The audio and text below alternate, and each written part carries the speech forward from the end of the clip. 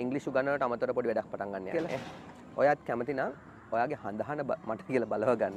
මේක අවසානයේ මම ඔයාලට පුංචි තෑග්ගක් දෙනවා. මහත්තයා අපි කොච්චර හොඳට ඉංග්‍රීසි කතා කරන්න හැදුවත් අපි කතා කරන ඉංග්‍රීසි එයාලා ෆිල්ම් වල කතා කරන ඉංග්‍රීසි ගොඩක් වෙනස් නේද?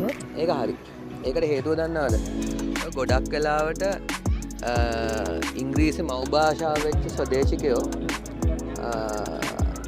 ඒගොල්ලන් ඉංග්‍රීසි කතා කරනකොට විශේෂ වේදුම් ඒගොල්ලන්ගේ විශේෂ වාක්‍ය රටා දින ඉංග්‍රීසි කතා කරන්නේ. ඔය දැන් අපි ඉගෙන ගන්න ග්‍රැමර් විතරයිනේ. ඉතින් සමහර ලවල්ට අපි ඔය කතා කරන ඉංග්‍රීසි ග්‍රැමර් ව්‍යාකරණ අනුකූලව හරි වෙන්න පුළුවන්. හැබැයි ඒව කතා කරන්න හරිම නැචරල් විදි සුද්ධ පාවිච්චි කරනවා. මං කියන්නද වැඩේ? අද ඒ වගේ දුම් ටිකක් බලමුද? මේ වීඩියෝ එක අවසන් වෙනකන් ඔයාලා බැලුවොත් මේක අවසානයේ මම ඔයාලට පුංචි ටැග්ගක් දෙනවා. අනිවාර්යෙන් බලලා ඉවර වෙන හැමෝටම හරි. දැන් මෙහෙමයි කරන්නේ. මම සිංහලෙන් සෙන්ටෙන්ස් එකක් කියනවා. මම කියන සෙන්ටෙන්ස් එක ඔයා දන්න විදිහට ඉංග්‍රීසි වලට ට්‍රාන්ස්ලේට් කරන්න මම තප්පර කිහිපයක් දෙනවා. හරිද? ඊළඟට මම සුද්ධ සාමාන්‍යයෙන් නැචරලි භාවිතා කරන විදිය එක විදියක් මම කියනවා. දැන් මතක තියාගන්න දැන් මම කියන විදිය එකම විදිය නෙමෙයි වෙන්න පුළුවන්. තව විදි වලට ඉංග්‍රීසි කතා කරන්න පුළුවන් සමහර වෙලාවල්. හරිද? ඔන්න ඕක තමයි දැන් අද අපි කරන්න යන වැඩේ. එහෙනම් ලෑස්තිද? පළවෙනි සෙන්ටෙන්ස් එක.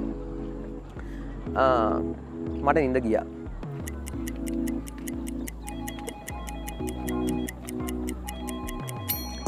I fell asleep. I fell asleep. දැන් ඔයාලා කිව්වේ I slept කියලා නේද? I slept කියන එකත් හරි. I slept කියලා කියන්නේ මම නිදා ගත්තා කියන එක. හැබැයි දැන් මම කිව්වේ මට නිින්ද ගියානේ. මට නිින්ද ගියා කියන නැචරල් විදිය තමයි I fell asleep.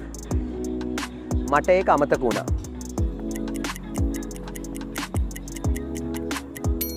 මට ඒක අමතක වුණා කියලා කියන විදිය තමයි it slipped my mind. It slipped my mind. I forgot it කිව්වත් හරි. ඒ වුණාට it slipped my mind කියන එක ටිකක් natural කියලා මට හිතෙනවා. පොඩ්ඩක් ඉන්න.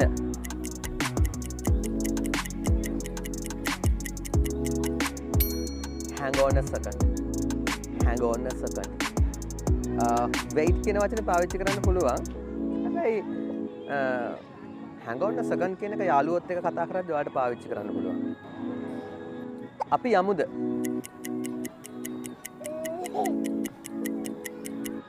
Shall we head out? Shall we head out? Let's go කියන එකත් හරි. Shall we head out කියන එක ටිකක් යාළුවොත් එක්ක කතා කරද්දී පාවිච්චි කරන්න පුළුවන් විදියක්. මම ඔයාගේ හඳහන බලලා දෙන්නද?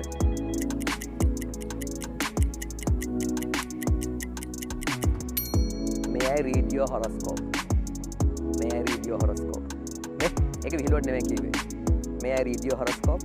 මං කියවනේ අවසාන තෑග්ගක් දෙනවා කියලා. ඔයාත් කැමති නම් ඔයාගේ හඳහන මට කියලා බලව ගන්න. ඉංග්‍රීසි උගන්වනවට අමතරව පොඩි වැඩක් පටන් ගන්න යන්නේ. ඔයාගේ උපන් දිනය, උපන් වෙලාව, තව ඕන උපන් ස්ථානය. කමෙන්ට් එකක් දාගෙන යන්න. මම මැසේජ් එකක් දාන්නම් බලලා ඉවර වෙලා. මට කියන්න මම බලපු ඒවා හරිද වැරදිද කියලා. ගිහින් එන්න.